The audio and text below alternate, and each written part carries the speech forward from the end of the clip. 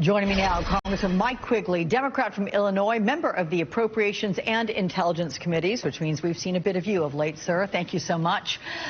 We have Speaker Pelosi, who had a very somber tone on Thursday. The wider Democratic caucus, did they feel the same way, or do you think colleagues are feeling more confident, a bit more boldened that they are doing the right thing? Well, I think that's right.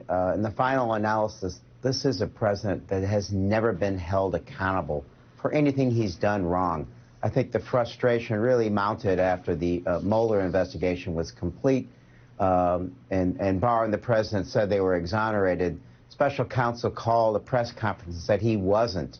And when this was released, the president of the United States still felt, I think, he dodged a bullet, because the day after Mueller testified, he made the call to the Ukrainian president, and here we are today as a result.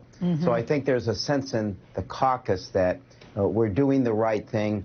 There's a lot of effects of all this, as the speaker has detailed, but in the final analysis, we have to follow the Constitution and the rule of law. Are you getting a sense of happenings today, how your colleagues are proceeding, how it's going? It's interesting. The Intelligence Committee and the extraordinary staff spent weeks, and most of them worked, the staff, over Thanksgiving and the weekend. They're preparing the Intelligence Committee report. I now have some sympathy for the counterparts on judiciary as they work through this weekend to put together this report that'll be put together with our report to probably provide the fuel for the articles of impeachment. Can you propose a timeline, a draft for these articles? Yeah, I think you can see what's ahead. We're going to have the hearing on Monday in Judiciary, where they hear from the counsel from both committees.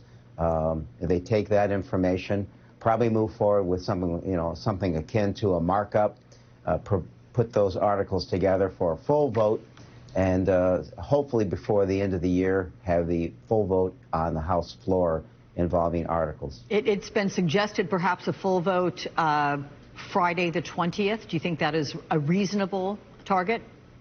Anything can happen. This is an extraordinary time. We're serving under a very unusual president who something could happen tomorrow that amazes us all.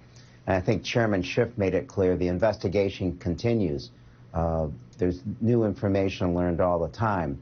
We're continuing to issue subpoenas. Regardless of what happens at the end of this year, those investigations will continue, again, because this president will not stop what he's doing until the American people know exactly what he has done.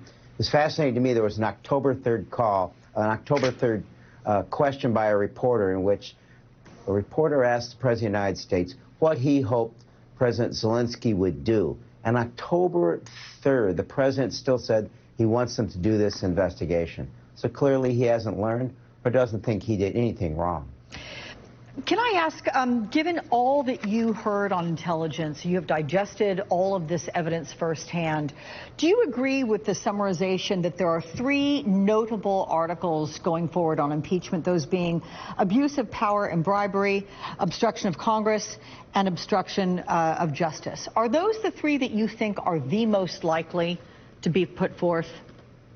They make sense. I think if you do it in those three, under Richard Nixon, Article 3 was obstruction, and it just listed 4 specific instances in which President Nixon obstructed justice or Congress.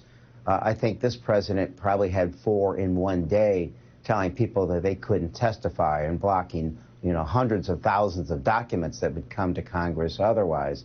So I think that makes sense. I think that we're going to see more of this under him. Oh, and it also makes sense because you can bring in the Mueller obstruction evidence, 10 to 11 counts that the special counsel detailed and brought before Congress. So I think it's possible to fold those into the same articles under the same line dealing with obstruction as a whole. Okay. I'm curious how you interpret the president's move to turn down Judiciary Committee's offer to take part in any way in this process. I don't think it's any surprise. What the president's done is stand aside, let others do his dirty work, and obstruct the investigation every chance he's had. And unfortunately, my colleagues across the aisle have seen fit to follow suit. I would like to think that if the roles were reversed and we were talking about a Democratic president, I would be doing exactly the same thing. You know, at some point in time, a party doesn't matter as much as the rule of law and what's right for this country. And I'd like to think if only a few were to stand up and do the right thing, the American public would take notice. All right. Congressman Mike Quigley, we always take notice of you, sir. Thank you so much for your time. Thank you.